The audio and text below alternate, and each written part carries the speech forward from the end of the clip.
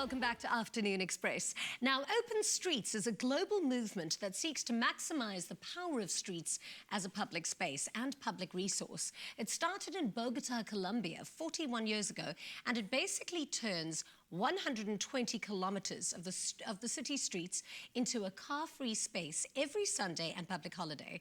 Today, it is their largest national recreational program and has been exported to hundreds of cities around the world. In 2012, Cape Town adopted the idea, and joining us to chat more about it is the co-founder and managing director of Open Streets, Marcela Guerrero Casas. Welcome to the show. Thank you so much for having me. What a fantastic concept. Where did this all come from?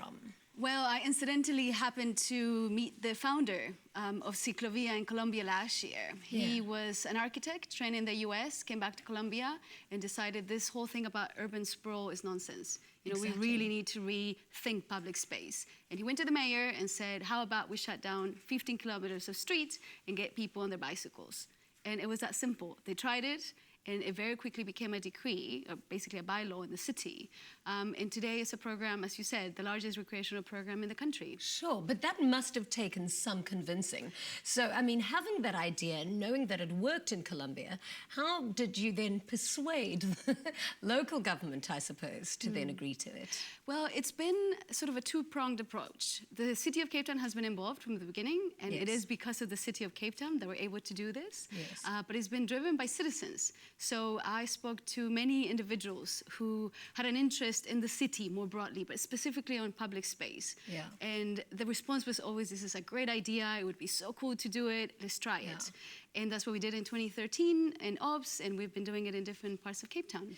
Was this related to when Cape Town won Design Capital of the World and they had to take little pockets around the city and uplift them? Is this around the same time that that happened? It coincides. We started in 2012. That was really the early conversations. We tried it for the first time in 2013, and when 2014 came around, we were already gaining a little bit of momentum. So it sort of overlapped. So what streets have you already taken over? Well, we've done Bree last year, which we're doing again this Sunday. We've done Washington Drive in Langa, which is the main street in Langa. We've done Fort Tracker Road in Belleville. Amazing. And Lower Main Road in Ops. Okay, fantastic. Now let's chat about the Langa streets that you took over. I mean, what was that experience like? It was amazing. We did it for the first time in March last year, and to be honest, we weren't sure.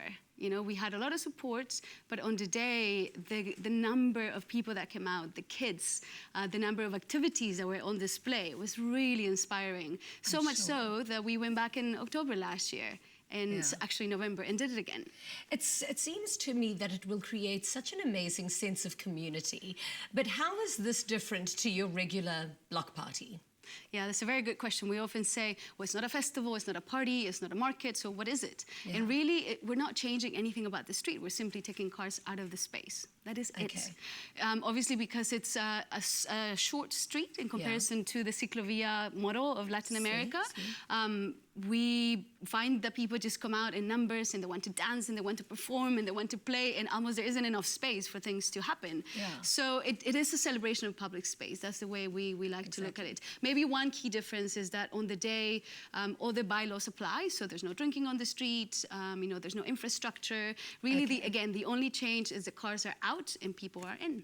And then what are you bringing in exactly? So what kind of, is it the businesses in the community that are showing off or selling food or toys or games? I don't know. It's a combination of activities. So we do have businesses in the area that stay open, and we invite them to be creative on the day. So we say to them, you know, kind of maybe bring the chairs onto the pavement, but try to do something different. Have a game for the kids, or, you know, teach people something about your business. You know, try to engage differently. But we also have our followers, you know, who've been going to almost every single Open Streets with things like capoeira, yoga, street soccer, street cricket. Oh, how wonderful.